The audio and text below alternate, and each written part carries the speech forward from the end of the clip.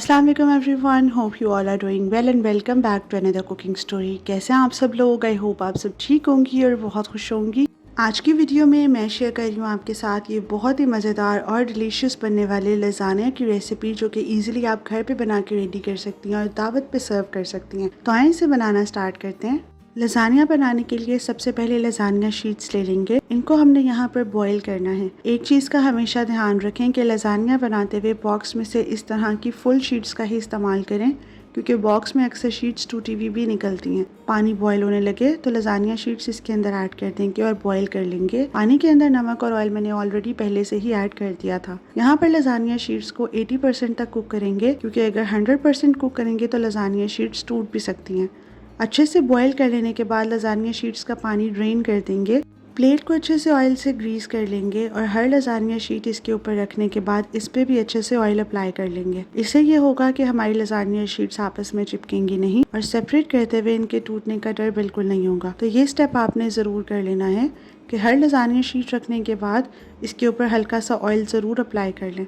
इसी तरह से मैं सारी बॉईल की हुई लसानिया शीट्स के ऊपर अच्छे से ऑयल अप्लाई कर लूँगी। नेक्स्ट स्टेप में अब हमने यहाँ पर फिलिंग प्रिपेयर करनी है। तो फिलिंग बनाने के लिए एक पैन में ऑयल ऐड करने के बाद 2 मीडियम साइज़ के फाइनली चॉप्ड अनियंस ऐड कर लेंगे और इन्हें अच्छे से सॉटे कर लेंगे। यहाँ पर अनियंस को बहुत ज़्यादा ओवर कुक नहीं करना, जस्ट हल्का सा सॉटे करेंगे। 1 टेबलस्पून गार्लिक पेस्ट ऐड करेंगे।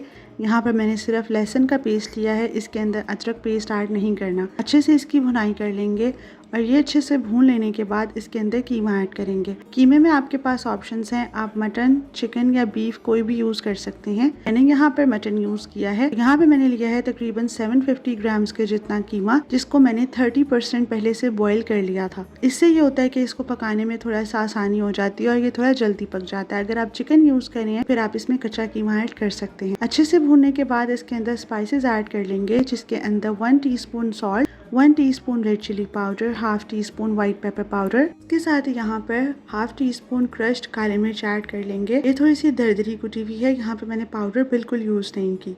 फिर यहाँ पे ऐड करेंगे 1 टीस्पून रेड चिली फ्लेक्स यानी कि कुटी हुई लाल मिर्च, हाफ टी स्पून जीरा पाउडर और हाफ टी स्पून धनिया पाउडर ऐड करके इसकी बहुत अच्छे से भुनाई कर लेंगे।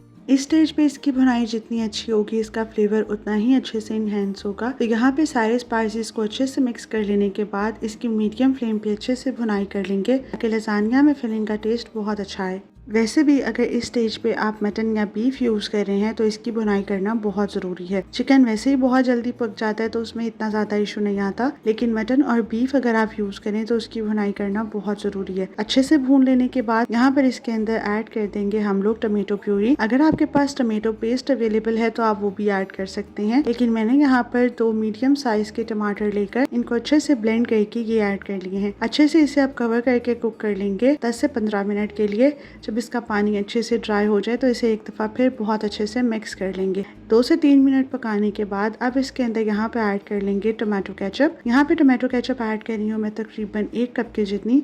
1 कप टमाटो केचप ऐड करके इसको बहुत अच्छे से मिक्स कर लेंगे। अगर आप चाहें तो अपने टेस्ट के अकॉर्डिंग यहाँ पर चीनी भी ऐड कर सकते हैं, लेकिन मैंने यहाँ पर इसके अंदर जस्ट टमाटो केचप ही ऐड की है। इसके साथ ही ऐड करेंगे यहाँ पे थोड़ी सी pizza sauce. Pizza sauce add की है मैंने यहाँ पर तकरीबन हाफ कप के जितनी। ये ऐड करके इसको बहुत अच्छे से मिक्स कर लेंगे। लास्ट में यहाँ पर इसके अंदर तकरीबन half tablespoon oregano leaves add करके अच्छे से मिक्स कर लेंगे। आप यहाँ पर ओरेगनो लीव्स की जगह पर मिक्स्ड हर्ब्स भी यूज कर सकते हैं, इससे इसका फ्लेवर और फ्रेग्रेंस दोनों बहुत अच्छी आती हैं।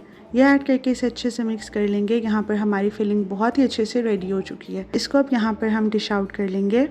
फिलिंग के बाद अब व्हाइट सॉस बना लेंगे। इसके लिए एक पैन में 2 to 3 टेबलस्पून बटर ऐड करके इसे अच्छे से मेल्ट कर लेंगे। फिर इसके अंदर 1 टीस्पून गार्लिक पेस्ट ऐड करके अच्छे से सॉटे कर लेंगे। इसे ओवर कुक बिल्कुल नहीं करना। गार्लिक सॉटे हो जाए तो इसके अंदर 2 tablespoon all purpose flower add करके अच्छे से भुनाई कर लेंगे। व्हाइट सॉस बनाने का सारा प्रोसीजर लो फ्लेम पे ही करना है। इसे बिल्कुल भी मीडियम या हाई फ्लेम पे नहीं पकाना। ऑल पर्पस फ्लावर ऐड करके इसकी इतनी भुनाई कर लेंगे कि ये सारा मिक्सचर इस तरह से क्रीमी टेक्सचर में आ जाए और ऑल पर्पस फ्लावर यानी कि मैदे की अच्छी सी खुशबू आनी शुरू हो जाए। जैसे ही मैदे की खुशबू आनी शुरू हो तो मेजरिंग कप के हिसाब से 2 कप के जितना दूध इसके अंदर ऐड कर देंगे। 2 कप दूध ऐड करने के बाद इसे अच्छे से फौरन से मिक्स करना स्टार्ट कर देंगे, ताकि इसके अंदर मैदे की गुठलियां नहीं बन जाएं। आप देख सकते हैं कि यहाँ पर फ्लेम जो है वो बिल्कुल लो है। इसके अंदर ऐड करेंगे यहाँ पे half teaspoon salt, half teaspoon black pepper powder, half teaspoon white pepper powder और हाफ टी स्पून ही ऐड करेंगे इसके अंदर red chili flakes. Red chili flakes optional हैं, अगर आप चाहें तो ऐड कर लें, अदरवाइज आप इसे स्किप भी कर सकते हैं। ये ऐड करके इसे बहुत अच्छे से मिक्स कर लेंगे। इसके अंदर बिल्कुल भी मैदे की गुठलियां नहीं बननी चाहिए।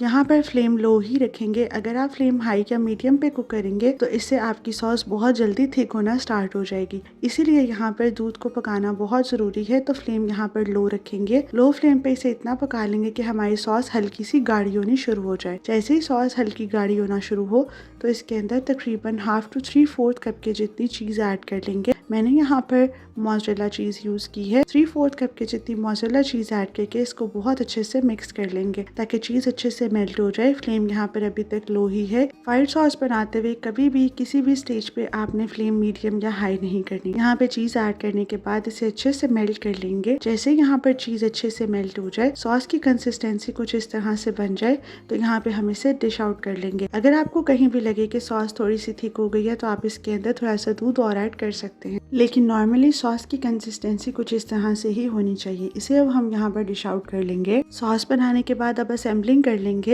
बेकिंग डिश के अंदर यहाँ पे सबसे पहले व्हाइट सॉस अप्लाई कर लेंगे, फिर इसके ऊपर बॉइल्ड की हुई लजानिया शीट्स रखते जाएंगे। यहाँ पर आप अपने पैन के अकॉर्डिंग लजानिया शीट्स को एडजस्ट कर सकते हैं। मैं यहाँ पे बेस में सिर्फ 2 लजानिया शीट्स ही ऐड कर रही हूँ। लजानिया शीट्स लगाने के बाद इसके ऊपर व्हाइट सॉस दोबारा से अप्लाई कर लेंगे। व्हाइट सॉस आप अपने टेस्ट के अकॉर्डिंग कम ज़्यादा कर सकते हैं। व्हाइट सॉस लगाने के बाद अब इसके ऊपर फिलिंग ऐड कर लेंगे जो कि हमने बना के रेडी की थी। तो फिलिंग अप्लाई कर लेंगे। फिलिंग भी आप अपने टेस्ट के अकॉर्डिंग कम ज़्यादा कर सकते हैं। फिलिंग लगाने के बाद इसके ऊपर दोबारा से व्हाइट सॉस अप्लाई कर लेंगे। इस स्टेज पे व्हाइट सॉस बहुत ज़्यादा ऐड नहीं करनी, हल्की सी यहाँ पर व्हाइट सॉस ऐड कर लेंगे। अदरवाइज ये ऑप्शनल है, आप चाहें तो डायरेक्ट इसके ऊपर चीज़ ऐड कर सकते हैं, लेकिन मैं यहाँ पे व्हाइट सॉस भी ऐड कर रही हूँ। व्हाइट सॉस ऐड करने के बाद इसको अच्छे से फैला लेंगे with the help of spatula ताकि ये एक इवन लुक में आ जाए। अच्छे से इसे इवनली स्प्रेड कर लेने के बाद फिर इसके ऊपर यहाँ पे हम लोग चीज़ ऐड कर देंगे। तो चीज़ यहाँ पे आप अपने टेस्ट के अकॉर्डिंग कम ज़्यादा कर सकते हैं, लेकिन नॉर्मली लजानिया में चीज़ अगर ज़्यादा हो तो उसका फ्लेवर बहुत अच्छा आता है। तो ये चीज़ इसके ऊपर अच्छे से स्प्रेड कर लेंगे।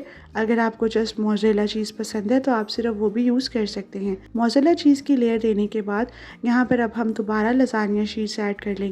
अगर आपके पास बॉइलिंग के टाइम पे कोई शीट थोड़ी सी टूट जाए तो उसको आप सेंटर वाली लेयर में इजीली एडजस्ट कर सकते हैं। अब सेम उसी तरह से दोबारा इसके ऊपर व्हाइट सॉस अप्लाई कर लेंगे। अच्छे से व्हाइट सॉस अप्लाई करके इसे फैला लेंगे और व्हाइट सॉस अप्लाई करने के बाद दोबारा इसके ऊपर उसी तरह से फिलिंग की लेयर ऐड कर देंगे। तो इसी तरह से मैं सारी लेयर्स बना के रेडी कर लूंगी। सारी लेयरिंग कंप्लीट कर लेने के बाद लास्ट में इसको चीज से अच्छे से कवर कर लेंगे। लेयरिंग में आप चीज कम या ज्यादा कर सकते हैं, लेकिन लास्ट में जो टॉप पे चीज ऐड करनी है वो हमेशा अच्छी तरह से कवर्ड होनी चाहिए। चीज़ ऐड कर लेने के बाद ऊपर से मिक्स्ड हर्ब्स या फिर ओरेगनो स्प्रिंकल कर लेंगे। ये स्प्रिंकल कर लेने के बाद इसको अब हम बेक कर लेंगे 180 डिग्रीज पे 15 से 20 मिनट के लिए। अगर आपके पास बेकिंग ओवन नहीं है तो आप इसे पतीले में भी बेक कर सकती हैं। 15 से 20 मिनट के बाद यहाँ पर हमारा लजानिया बहुत अच्छे से बेक हो चुका है और ये सर्विंग के लिए बिल्कुल रेडी है। तो ये थी मेरी आज की लजानिया की रेसिपी, जो कि आई होप आप सबको बहुत पसंद आई होगी। अगर आपको मेरी आज की रेसिपी पसंद आई हो तो इसे ज़रूर ट्राई कीजिएगा और कमेंट सेक्शन में मेरे साथ फीडबैक ज़रूर शेयर कीजिएगा। ये लजानिया बहुत ही ज़्यादा चीज़ी और बहुत ही मज़ेदार बन के रेडी होता है। इसका अंदाज़ा आप इस चीज़ पुल से लगा सकते हैं कि ये कितना ज़्यादा ज़बरदस्त, डिलीशियस और चीज़ी बन के रेडी हुआ है। फिर मिलूंगी आपके साथ किसी और बहुत ही ज़बरदस्त वीडियो में। तब तक के लिए मुझे दे इजाज़त। Thank you so much. Take care and अल्लाह हाफ़िज़।